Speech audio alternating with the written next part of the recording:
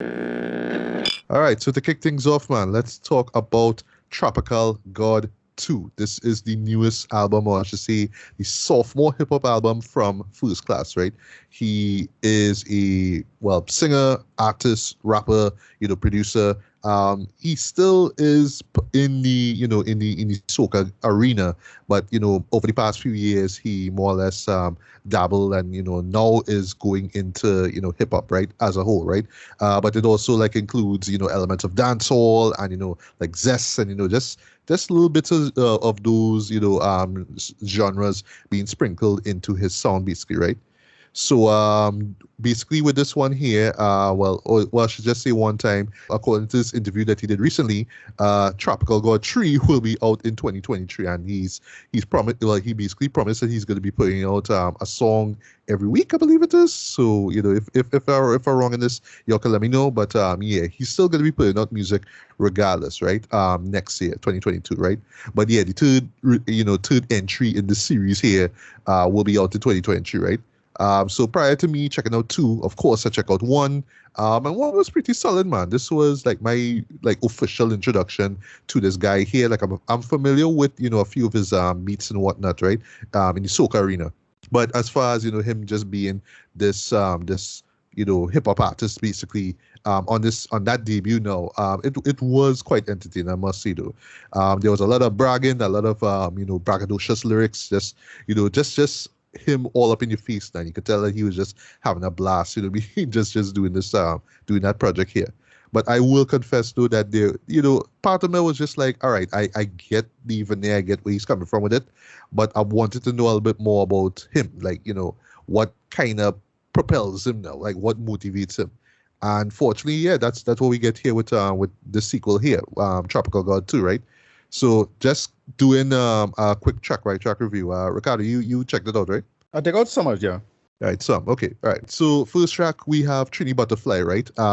Basically this is kind of like the mission statement. Him just kind of letting the audience know, look, this is what motivates me to do what I do, right?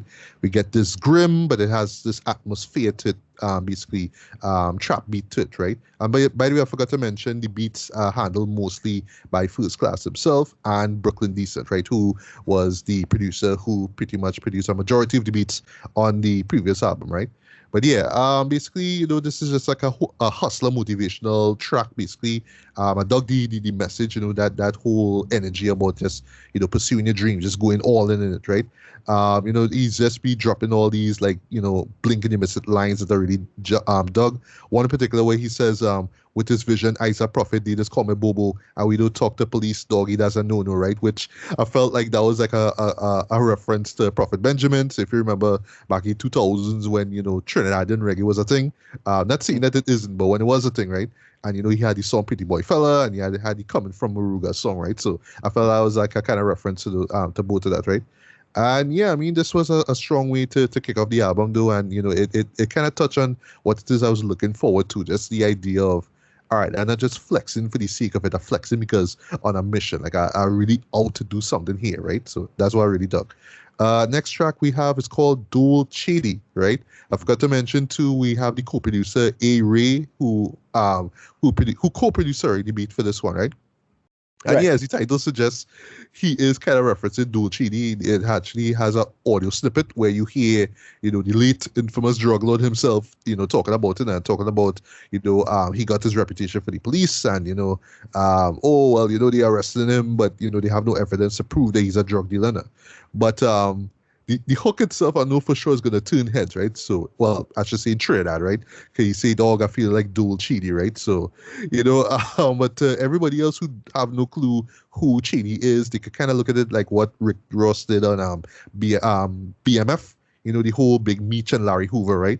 By the way, Right. free Larry Hoover. I didn't get around to watching that Kanye and Dre concert. I heard things kind of happen, but whatever. But I'll watch it when I get the chance, right? But yeah, basically the idea is that is the point is the same thing, right? It's all about making money, right? That's it. That's all it is. It's not no drug shit going on. It's just about making money, right? Points for the big wassa on my neck bar that he dropped in the post chorus. And one thing I really really dug about the album as a whole though is that he will drop these colloquial references, these Trini references as well too. But it's it's it's basically simple enough to the non-Trinidadian to understand, right? Extra points, by the way, for my team pushing more bricks and Bescrete line that he dropped in the second verse. That was hard. And then how that verse ends where he says, looking, smelling, feeling like a young black junior Sammy, which was like, all right, okay, class, okay. This is the level we at. You know what I mean? But I dug that track. I really, really dug that track, right? Next off, we have My Wrist, which features Steve-O. I believe this is Steve-O's debut performance here. And just on that performance, I thought that he came through with a really impressive verse. It's basically like a dancehall inspired song, right? The beat itself is very dancehall oriented, right? The hook itself is catchy as hell, especially with that "my wrist is shiny," you know what I mean? And it's just that braggadocious, stealing your gal mood that he's on right now, which was prevalent on the first album, right? But yeah, thoroughly enjoy this one here too, right? Klase is the following track now, and I felt like the intro is pretty hilarious. Okay, hear this guy talking about this paraphrasing here, like, who's this class fella, boy, man? Like real rocket Julie now, boy, you know what I mean? So it's like that, right? The beat has a very mask off vibe to it, especially with the flute that plays, Right. But the beat itself has a really like hypnotic feel to it, though, and it will get you moving, basically, right? And yeah, basically, it's just Class bigging himself up, right? And I love the subject matter of it, because at first it may come off like real shallow, like, oh, you know what I mean? Look at the ice on my wrist and around my neck and all that kind of stuff now, but it's merely about him pursuing the hip hop career and people thinking, oh, you change and you turn your back on we and all that kind of stuff now. But it's like, no, it's like I just doing something different, right? Like he said, this isn't a regular drip, right? So he on another level and he just proving that point on this track, right? Point for his I need a girl who does move like a boss with her ass like a damn Lorraine. That line I totally fucks with, right? Next track we have is Dripanita. So it's all about dripping. That's what it is. Like, even though the hook is like, me too drippy, right? Brooklyn Decent comes through with a bouncy dancehall beat, which Class just rides effortlessly, in my opinion. Hook is catchy enough, and it's upbeat. It's all about money, you know what I mean? It's all about drips, you know what I mean? So it's like that, right? In my opinion, I think this song in particular should be a single, right? So now we get to what is, in my opinion, the best song on the album. This is Susu. This features Skyflow, Dirty, who was on Mike Wise's Dirty Pages album. Shout out to Dirty. He's the one who put me onto this project in the first place. And Red So Dread, who, by the way, stole the show. He came through with a fiery final verse. He's always about fire verse, everything he coming through. Indeed. And to me, like, everybody snap on this beat shred. It's very Brooklyn drill kind of. It has a Brooklyn drill vibe to it. Has a little bit of steel pan that's laced over it as well too. And yeah, I mean, it's intense. Everybody just coming through hard on it. Yeah, go ahead. Sorry, boy, Matt. Let me just interrupt you for 1 second. Sure. I was by Class the day they was recording that track. I was serious. I was there just chilling with them in his studio, and that's the first time I met Steve-O, actually. Okay. Well, what time how the vibe was now, if you don't mind? Right? He's a young kid with your ass, right? Yes, that's him. Because I saw him in the interview on the grind with Chromatics. Yeah.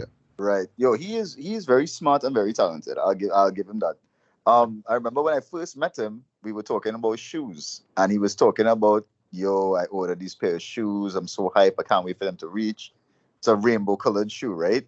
And then I saw a video that he was in recently, and he was wearing on the kicks. I was like, I like this youth, man. He get his shoe. He went in the rocket. But yeah, I was in the studio chilling with them the same day that they was tuning up. He was basically fine tuning the song. So right before, I guess, they mastered. And I met all those guys there, and I tell him, I was like, yo, this tune is hard, bro. I know, right? that chorus alone, that hook alone. Yeah, that whole Domingo Susu with your face and my hand dread. It's like, yeah, geez, that was that song was, I was like, boy, Class real, bro. I mean, I know you say a lot of things about Class and his accolades before, but I noticed him miss one thing, Don't forget, Class is a choreographer also. Oh, right. Yes. How could I forget? You do choreography for Marshall and thing back in the day. Right. When he was a youth man, right? And now he coming into his musical stride. hard, and I just real here to see that happen because I've known Klase for many years, ever since he was a little kid, just dancing in the area, having little scanting battles against men and thing, and just being impressive from since he was a youth.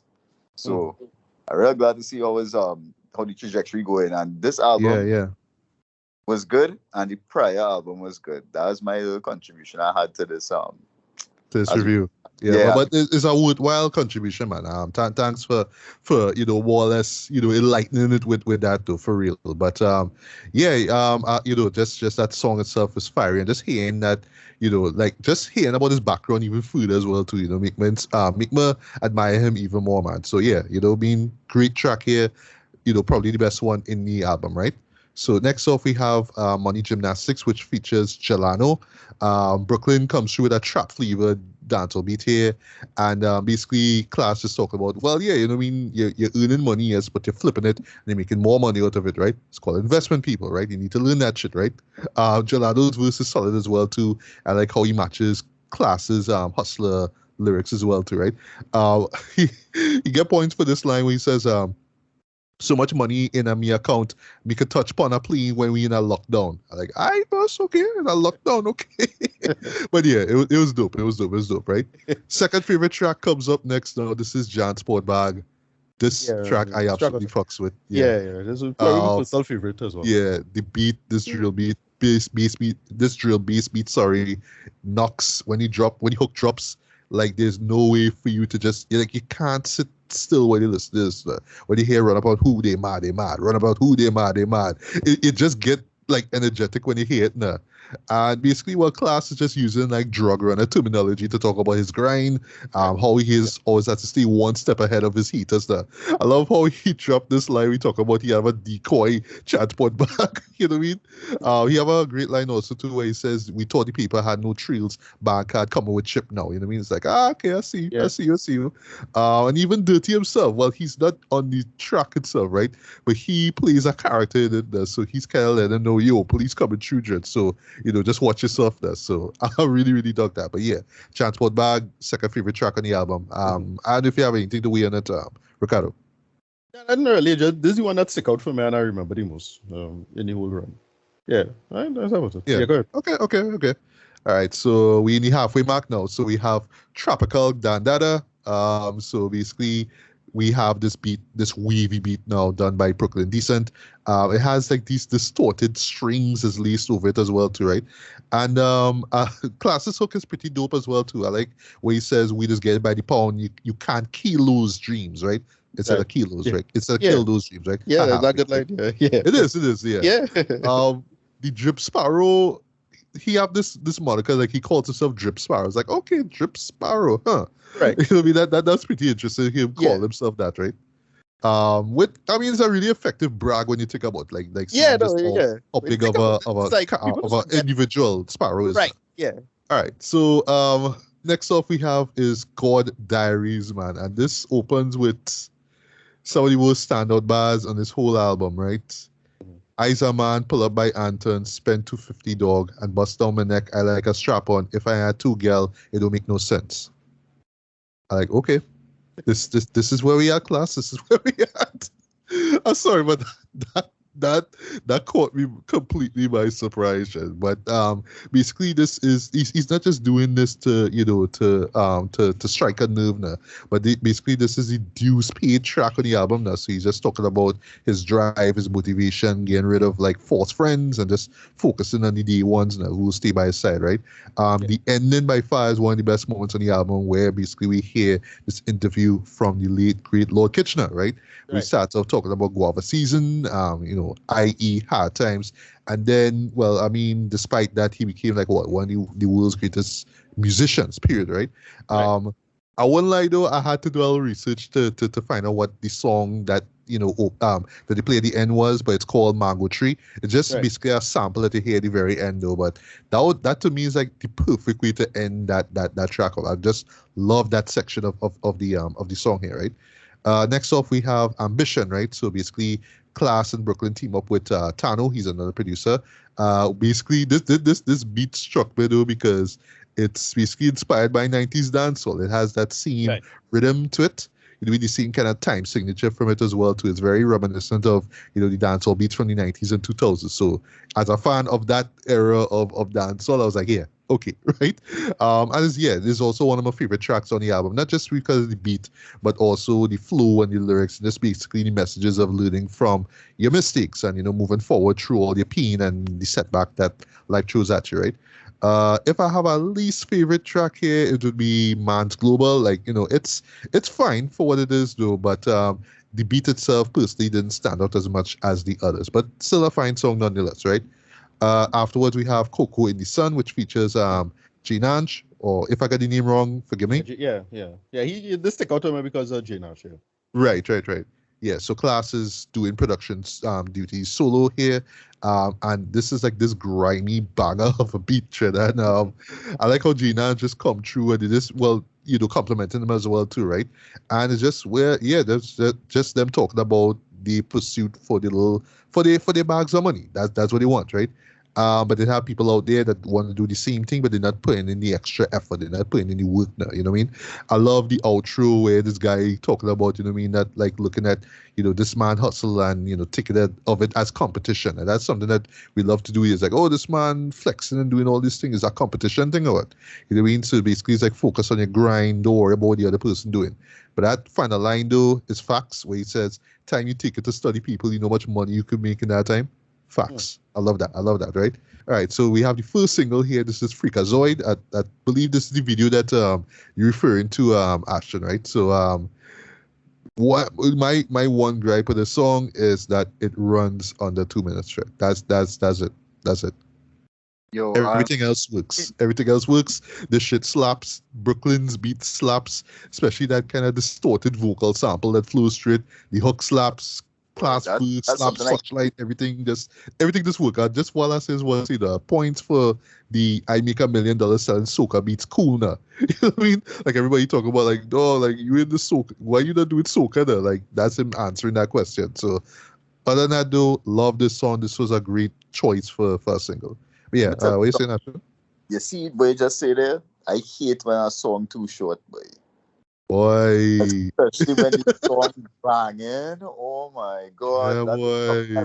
It's sick to my stomach. Like on the sandy nature, like it's like a radio airplane, when you play it 3-4 times, or if you play it in a fet or whatnot, you play it 3-4 times and it runs for what, 8-10 minutes now.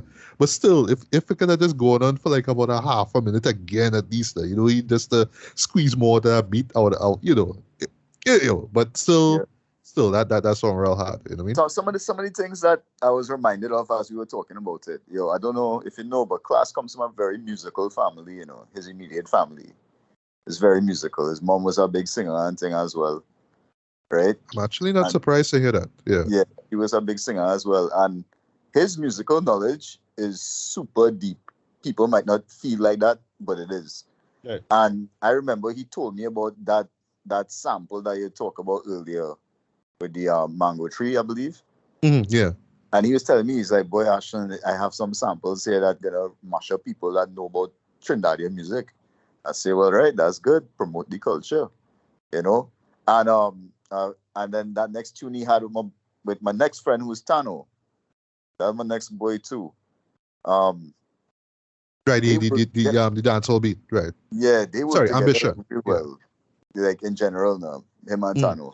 So I'm not surprised. If people are interested, you could just jump on your iTunes if you have Apple Store, and you could download the songs if you have the monthly subscription to iMusic or whatnot. Because I just did that, and you can support local in an easy way as well.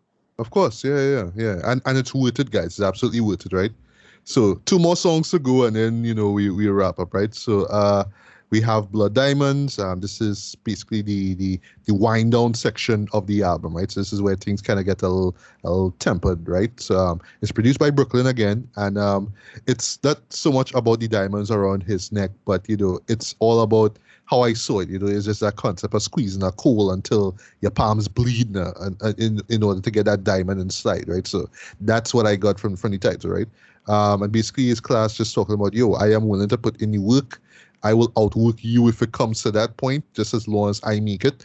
But there'll always be those who would rather see him fall or fail or God forbid, dead, right? So it's a great, serious moment of self-awareness. And as far as winding the album down, I thought it worked, right?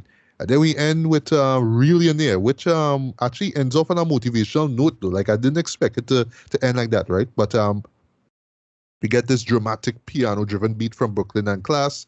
And Klase just basically rapping about his come-ups. He's talking about, and it's basically those things that go ignored now when one becomes quote-unquote successful. You know what I mean? They see you, they see the wealth, they see the acclaim and all that kind of stuff, but they don't think or don't even bother to ask about what led to that point now, you know what I mean? A moment that really struck me, though, is in the pre-chorus where he says, you don't know about the overtime put in the bedroom studios. You know what I mean? That's something that real hit me too, because, usually when it comes to, like music in general, now we usually think it's always in some studio, you know what I mean? And things going to be professional, but, sometimes it's just in your house. Like, it just kind of happens. And, especially with the pandemic being what it was from since last year, it kind of happens like that now.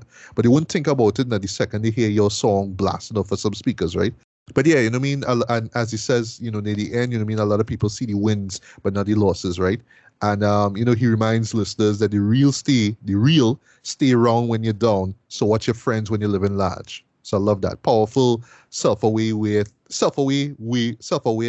to end this album off, right? And in closing, though, what I really dug about this one, about Trapikal Gawd 2 compared to the first one, is that self-awareness. Just the idea of, it's not just about me flexing and showing off and all that kind of stuff. There was hard work that was put into it. You might think of it as hard work, but believe me, it is, right? I have put a lot of effort into this thing. It sounds the way I want it to sound. Lyrically, it's the way I want it to be. And, love it or hate it. That's what it is, right? And for me, I thoroughly enjoy this. I think that this is a step in the right direction as far as, just non-soca music goes, right? Not saying that we should, it should be about soca entirely, or it shouldn't be, right? But, ever so often, we should, like I said with my 30 pages review, right?